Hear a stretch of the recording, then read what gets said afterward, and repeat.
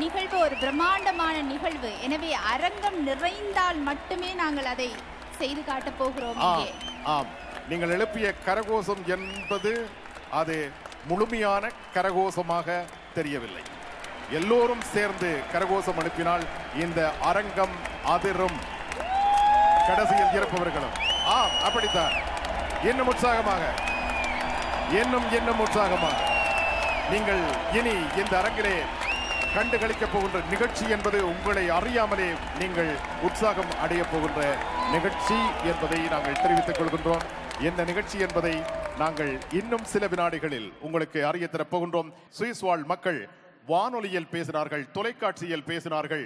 நாங்கள் எல்லோரும் குடும்பத்தோடு வருவோம், எங்களுடைய நண்பர்களை அழைத்து வருவோம், எங்களுடைய உற்றார் உறவினர்களை எல்லாம் விழாவுக்கு அழைத்து வருவோம் என்று சொன்னார்கள். சொன்னதை செய்திருக்கின்றார்கள் இல்லையா? மண்டபம் நிறைந்திருக்கிறது. அது எவ்வளவு அழகாக இருக்கிறது பாருங்கள். சுவிஸ் நாட்டிலே நாங்கள் இப்படி ஒரு நிகழ்வை செய்கிறோம் நம்முடைய கலைஞர்களுக்காக என்பதில் அவர்களுக்கு உள்ள பெருமை இதில் தெரிகிறது அல்லவா? ஈழத்து கலைஞர்கள், நம் தேசத்து கலைஞர்கள் நம்பிக்கையோடு வருகை தரும் நாடு சுவிட்சர்லாந்து நாடு. நம்பிக்கையோடு வருபவர்களை என்றுமே கைவிட்டதாக வரலாறு இல்லை. இனியும் அந்த வரலாறு இருக்காது. வருபவர்கள் யாராக இருந்தாலும் அவர்கள் ஈழத்து கலைஞர்களாக, ஈழத்து ஊடகவியலாளர்களாக இருந்தால் அவர்களை வரவேற்று மாண்பேற்றும் மாபெரும் பணியை ஆற்றுகின்றவர்கள் சுவிட்சர்லாந்து வாழ் எம் தமிழ் உறவுகள். எங்கே உறவுகளே? எல்லோரும் உற்சாகமாக, மிக மிக உற்சாகமாக. நன்றி நன்றி. ஐரோப்பாவில் தேடிய தமிழ் குயில்களின் குரல்கள் இங்கே அடுத்து ரீங்காரம் இடப்போகின்றன. நம்ப முடியாத அபார திறமைகளை கண்டு வியந்துள்ளோம். இவை வேறெங்கும் இருந்து கொண்டு வரப்படவில்லை, எங்கள் இல்லங்களுக்குள்ளேயே அவை இருந்தன என்றால் நீங்கள் நம்புவீர்களா? அவர்களை எல்லாம் மான் பேற்ற வேண்டிய நேரம் நெருங்கிக் கொண்டிருக்கின்றது. ஐபிசி தமிழ் முத்தாக தேர்ந்தெடுத்த 6 பேரில் ஒருவர் தங்க குரல் தெரிவாக ஒருவர் வரப்போகிறார். அதன் முன்னோட்டமாக இன்று நீங்கள் அவர்களை பார்க்க போகிறீர்கள். நிச்சயமாக இந்த தங்க தமிழ் குரலாக தேர்ந்தெடுக்கப்பட போகின்றவர் தென்னிந்தியாவின் புகழ்பெற்ற இசையமைப்பாளரின் இசை அமைப்பிலே திரைப்படம் ஒன்றில் பின்னணி பாடுவதற்கான வாய்ப்பினையும் ஐபிசி தமிழ் ஊடாக பெற்றுக்கொள்ளப் போகின்றார்.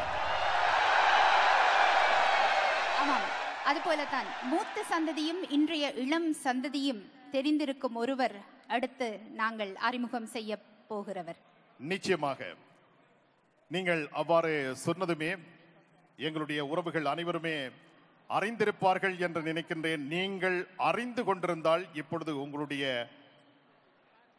அட்டகாசமான கரகோஷம் நிச்சயமாக அறிந்திருக்கிறார்கள். அவரை அறிந்திருக்கிறார்கள்.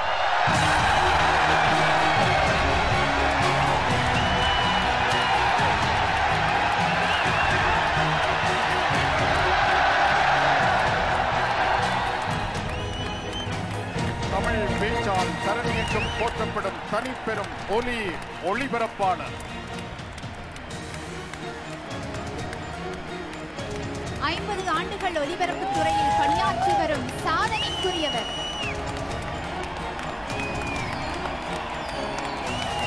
ஐபிசி தமிழ் ஒலிபரப்பாளர்களுக்கு முதலில் 1997 லண்டன் மாநகரத்திலே பயிற்சி அளித்தவர். ஐபிசி தமிழ் வானொலிக்கும் தொலைக்காட்சிக்கும் எங்கெல்லாம் ஆதரவு திரட்ட முடியுமோ அங்கெல்லாம் தன் பணியை ஆற்றி வருபவர். ஐரோப்பிய நாடுகள் எங்கும் ஐரோப்பாவின் தங்க தமிழ் குரல் நிகழ்ச்சியை நடாத்தி ஈழத்து இசைக்குயில்களை உலக தரத்திற்கு உயர்த்தும் அரும்பணி புரிகின்றார். அன்னை தமிழை தன் குரலால் தாளாட்டும் தமிழ் குரல் எமது முதல் மரியாதைக்குரிய அன்பு அறிவிப்பாளர் BH அப்துல் ஹமீத். அவரை தொடர்ந்து கிரீஸ் இசை அமைப்பாளர் இப்பொழுது ஆதி அவர்களுடன் மிர்துளா இணைந்து வருகிறார்கள். இப்பொழுது வருபவர் ராஜீவ். அவருடன் இணைந்து வரப்போகிறவர் யார்? ஸ்ருதி.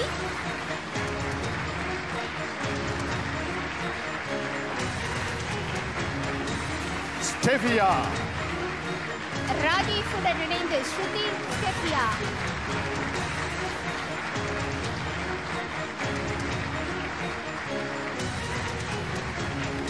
உங்கள் அரங்கு நிறைந்த கரகோஷங்களுக்கு மத்தியில் அவர்கள் இங்கே வருகை தரப்போகிறார்கள்.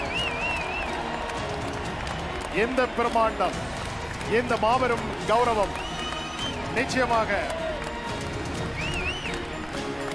உங்கள் அன்பு அறிவிப்பாளர் தமிழ் பேச்சால் தமிழ் நெஞ்சங்களில் வாழ்ந்து கொண்டிருக்கும் ஒலிபரப்பு துறையின் வாழ்நாள் சாதனையாளர் அன்பு அறிவிப்பாளர் சகோதரர் BH அப்துல் ஹமீத் அவர்கள் இப்பொழுது உங்கள் முன்னிலையில்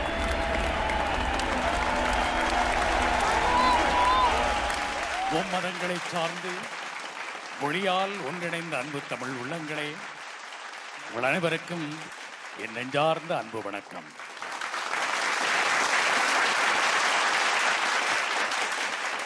IBC தமிழ் தொலைக்காட்சி தன் ஒளிக்கிரணங்களை ஐரோப்பா கண்டம் தாண்டி உலகெங்கும் தமிழர்கள் வாழும் இல்லங்கள் தோறும் விரிவடையச் செய்யும் அந்த வெற்றி பயணத்தை, நற்செய்தியை உங்களுக்கு அறிவிக்கும் பெருவிழா.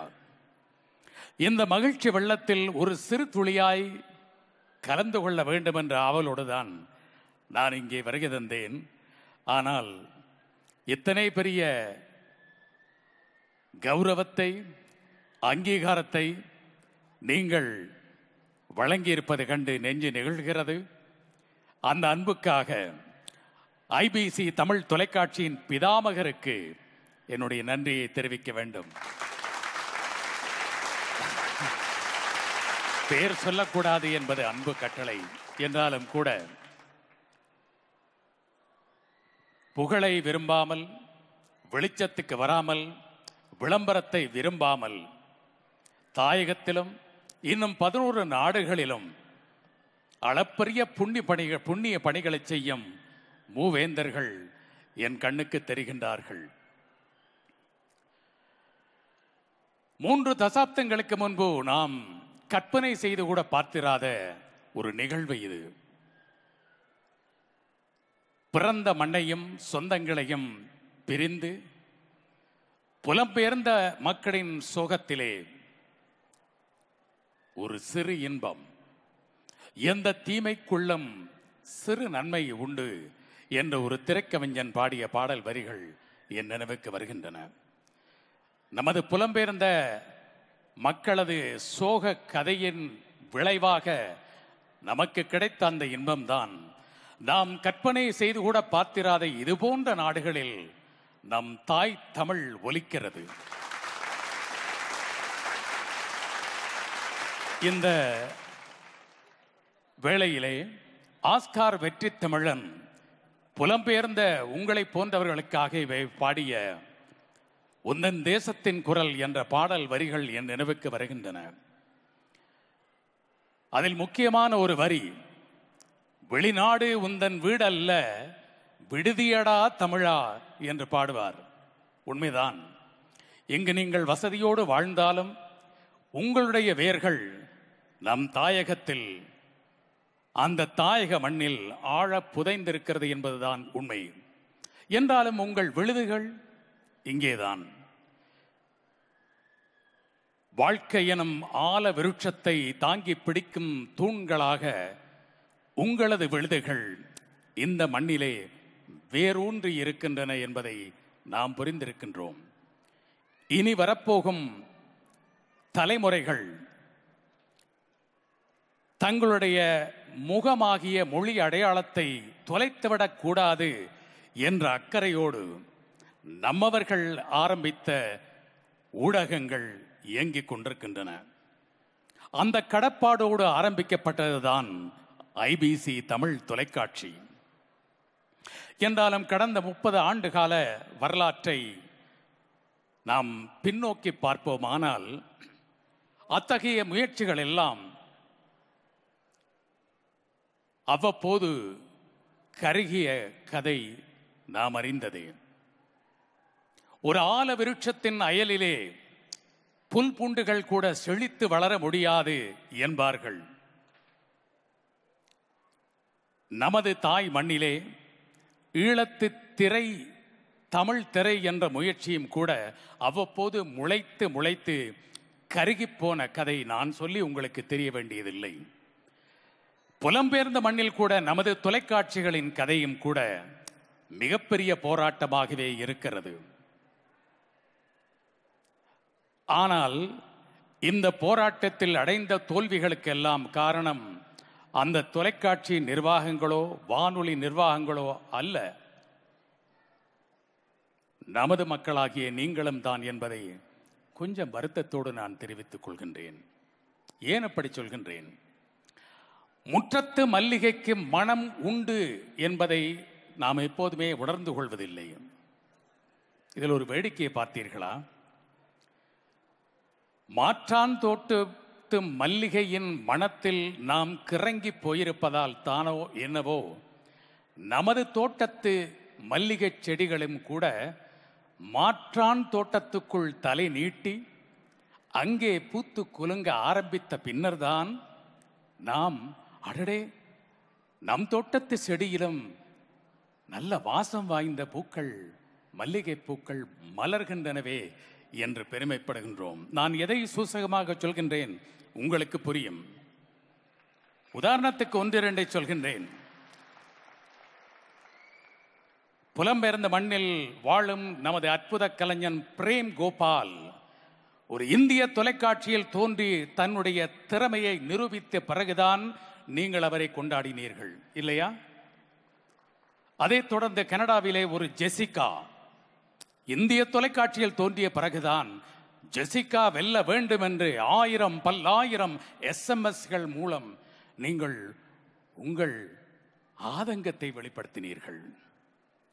இப்போது நிரூஜன் ஜெர்மனியில் இருந்து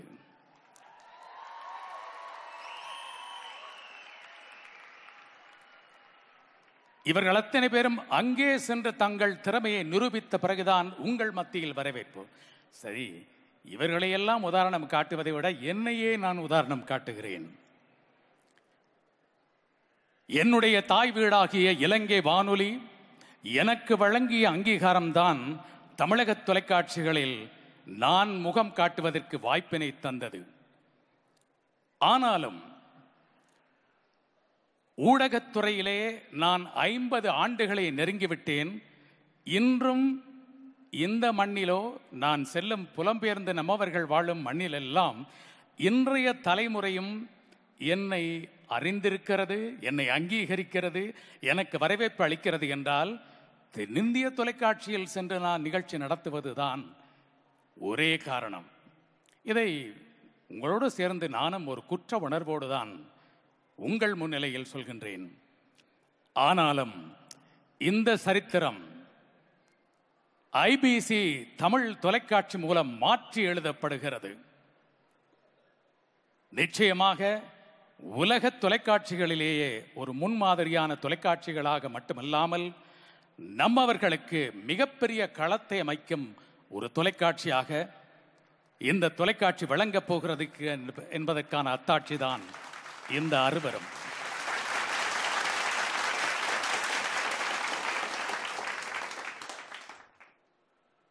இனி நான் உங்களிடம் பணிவோடு கேட்டுக்கொள்வது ஒன்றே ஒன்றுதான். நமது கலைஞர்களை வாழ வையுங்கள். தென்னிந்திய தொலைக்காட்சியில் தோன்றினால் மட்டுமே அவர்களுக்கு வரவேற்பு அளிக்கும் அந்த மனப்போக்கை மாற்றி இனி ஐபிசி தொலைக்காட்சியில் தோன்றினாலே போதும் எங்கள் கலைஞர் என்று நாம் பெருமைப்படுவோம் என்று நீங்கள் நிரூபிக்க வேண்டும். அந்த நம்பிக்கை எனக்கு இருக்கிறது. இந்த அரங்கை பார்க்கும்போது இந்த அரங்கம் நிரம்பி வழியும் என்று நான் நேற்று வரை நினைத்திருக்கவில்லை. சிலவேளை விழா அமைப்பாளர்களுக்கும் கூட ஒரு சந்தேக குறி, ஒரு கேள்வி நெஞ்சில் எழுந்திருக்கும். ஆனால் இல்லை, ஐபிசி என்ற நமது தமிழ் ஊடகத்தின் அடையாளத்தோடு நாம் கைகோர்ப்போம் என்பதை நிரூபிக்க நீங்கள் வந்திருக்கின்றீர்கள். இதைத்தான் இந்த பிதாமகர் என்று நான் குறிப்பிட்டவர் எதிர்பார்த்தது.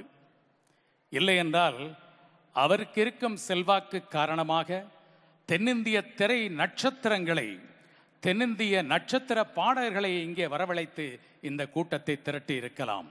ஆனால் ஆரம்பத்திலிருந்தே அவர் உறுதியாக நம்பியது, இனிப்பூட்டப்பட்ட மருந்து போல் ஐபிசி தமிழ் தொலைக்காட்சியில் தென்னிந்திய திரைத்துறை சார்ந்த பங்களிப்புகள் இருந்தாலும் கூட சிங்கப்பூர் தொலைக்காட்சியை போல் 30% அது, 70% நமது கலைஞர்களுக்கு என்று எண்ணித்தான் இந்த மேடை முழுக்க முழுக்க புலம்பெயர்ந்து இந்த மண்ணில் எல்லாம் வாழ்ந்து கொண்டிருக்கும் கலைஞர்களுக்கு மட்டுமே என்று அவர் எண்ணினார். அந்த பெருந்தன்மைக்காக இந்த அரங்கம் அதிரும் அளவு நன்றி கரகோஷம் உங்களிடமிருந்து கிடைக்க வேண்டும் என்று நான் எதிர்பார்க்கின்றேன்.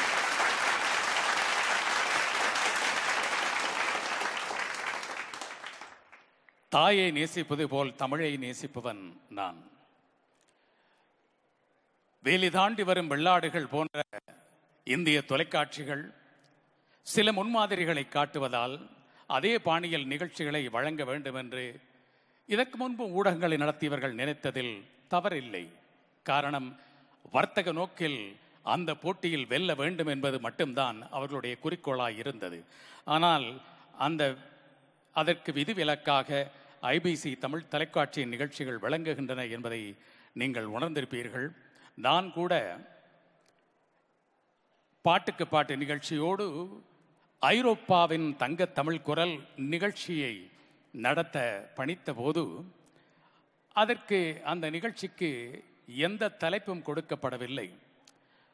தமிழகத்தின் சூப்பர் ஸ்டார் நிகழ்ச்சியை போல ஒரு நிகழ்ச்சி நடத்த வேண்டும் என்றுதான் அவர்கள் எதிர்பார்த்திருக்க கூடும். காரணம், இன்று நமது இளைய தலைமுறை ஊடகவியலாளர்கள் மத்தியிலும் கூட ஒரு மயக்கம் இருக்கிறது. தமிழ் தொலைக்காட்சியிலும் கூட ஆங்கிலத்தில் பெயர் வைத்தால்தான் மக்கள் வரவேற்பார்கள் என்ற மயக்கம்தான். அவர்களை கேட்டால் இதுதான் நவீனம் என்று சொல்கின்றார்கள். இது நவீனம் அல்ல, கோழைத்தனம். எங்கள் பாரம்பரிய பண்பாட்டு கோலத்தோடு எங்களை பெற்ற தாய்க்கு ஒரு லெகிங்ஸ் போட்டு ஸ்விங் சூட் அணிந்து பார்க்க வேண்டும் என்று ஆசைப்படுவது போன்ற ஒரு அசிங்கமான ஒரு அணுகுமுறைதான் என்பதை 50 ஆண்டுகள் ஊடகத்துறையில் இருப்பவன் என்ற வகையில் உரிமையோடு இன்றைய இளைய தலைமுறை ஊடகவியலாளர்களுக்கு சொல்லிக் கொள்கின்றேன். ஆங்கிலம் கலப்பதில் தவறே இல்லை. அது பெயர் சொல்லா இருக்கும் பட்சத்தில் பெயர் சொற்களை தாராளமாக பயன்படுத்துங்கள். ஆனால் தமிழ் நிகழ்ச்சிகளுக்கு தமிழிலேயே தலைப்பு வையுங்கள் என்று சிரம் தாழ்ந்து பணிவோடு உங்களிடம் கேட்டுக்கொள்கின்றேன். எங்கள் மொழியை நாம் பெருமையோடு பேசவில்லை என்றால் வேறு யார் பேசுவார்கள்? சுபவீர பாண்டியன் கேட்ட கேள்விதானது. சீனர்களை பாருங்கள், பஞ்சாபியர்களை பாருங்கள், பாகிஸ்தானியர்களை பாருங்கள். எத்தனை தலைமுறை கடந்தும் கூட அவர்கள் தங்கள் மொழி அடையாளத்தை பேணி வருகின்றார்கள். சமீபத்திலே பாரிஸ் மண்ணிலே ஒரு ஆய்வு கருத்தரங்கில் பேசும்போது தமிழ் பேராசிரியர்களாக கணிக்கப்பட்டவர்கள் எல்லாம் அதிலே வந்து இந்த மண்ணில் பிறக்கும் குழந்தைகள் தமிழை பேசாமல் இருப்பதற்கான காரணங்களை நியாயப்படுத்தி பேசினார்கள். அப்போது எனக்கு கோபம் பொங்கி எழுந்தது. அங்கும் இதே கருத்தை சொன்னேன். அந்த சமூகங்களை பாருங்கள், அவர்களால் முடியும் என்றால் நம்மால் ஏன் முடியாது? தமிழன் முதலில் தாய் மொழியை பேச வேண்டும், அதே வேளையில் பன்மொழி புலமை கொண்டவனாகவும் இருக்க வேண்டும் என்பதுதான் தமிழனுக்கு பெருமை. ஆகவே இதற்கு ஒரே ஒரு ஊடகம், அதாவது வானொலியோ தொலைக்காட்சியோ, இது போன்ற இலத்திரனியல் ஊடகம்தான் மிகப்பெரிய தொண்டாற்ற முடியும். காரணம், நாம் தமிழை, தாய்மொழியை எப்படி பேச கற்றுக்கொண்டோம்? குழந்தையாய் பிறக்கும் போதே பேசுவோமா? இல்லை. செவியில் விழுந்த ஒலிகள் தான், அந்த ஒலிகளை கிரகித்துத்தான் மொழியை பேச நாம் கற்றுக்கொண்டோம். எங்கள் தாய் மொழியை பேச கற்றுக்கொண்டோம். அதனால் தான் ஐயன் வள்ளுவனே செல்வத்துள் செல்வம் செவிச்செல்வம் என்று மேன்மைப்படுத்தி இருக்கின்றான். கருவிலே குழந்தை உருவாகும் போது வைத்திய சாஸ்திரம் படித்தவர்களுக்கு தெரியும், முதலில் உருவாவது செவி 13வது வாரத்தில், 23வது வாரத்தில் தான் கண்கள் உருவாகும். ஆகவே தாயின் கருவறையில் இருக்கும் போதே தாயின் இதய துடிப்பை கேட்கும் ஆற்றல் நமக்கு இருக்கிறது. ஆகவே செவியில் விழும் ஒலி நமது மொழி தமிழ், அது மிகச்சரியாக விழ வேண்டும். அதை சிதைத்து சிதைத்து சிதைத்து காலப்போக்கில் ஆங்கிலத்தில் அறிவிப்பு செய்து தமிழ் திரை இசை பாடல்களை போடும் ஒரு காலம் வரும். அந்த காலத்தை தவிர்த்து கொள்ளுங்கென்று பணிவோடு வேண்டிக் கொள்கின்றேன். எனவேதான் பாடும் திறன் கொண்டவர்களுக்கான போட்டி நிகழ்ச்சியாக சூப்பர் ஸ்டார் என்று பெயர் வைத்திருக்கலாம். Coffee with Anu, top 10 Tamil தொலைக்காட்சியில் வரும் நிகழ்ச்சிகளுக்கான தலைப்பு பாருங்கள். நான் தீர்மானித்தேன், தமிழ் நிகழ்ச்சிக்கு தமிழிலே பெயர் வைக்க வேண்டும். ஐரோப்பாவின் தங்க தமிழ் குரல் சாதனை படைக்க வேண்டும் என்று எண்ணினேன். மிகச்சிறிய முயற்சி, ஆனால் நான் எதிர்பாராத அளவு அற்புதமான திறன் படைத்த 6 போட்டியாளர்கள். கிருஷ்ணன் அவர்கள் ஒரு இசை பின்னணியோடு ஒரு அற்புதமான இசை கோலத்தை உங்கள் முன்னால் படைக்கப் போகின்றார். ஆகவே இந்த நல்ல ஆரம்பம் தொடரட்டும். இங்கு மட்டுமல்ல, நம் தமிழர்கள் வாழும் தேசமெங்கும் தொடரட்டும். தாய் தமிழை பெருமையோடு பேச, தமிழ் மொழி சார்ந்த பண்பாட்டு கோலங்களை நமது அடுத்த தலைமுறை பெருமையோடு பின்பற்ற ஒரு பொன்னான காலம் உருவாகட்டும். அதற்கு ஐபிசி தமிழ் போன்ற ஊடகங்களுக்கு உங்கள் ஆதரவை வழங்குங்கள் என்று அன்போடு பணிவோடு கேட்டு விடைபெறுகின்றேன். உங்கள் அனைவருக்கும் நன்றி, வணக்கம்.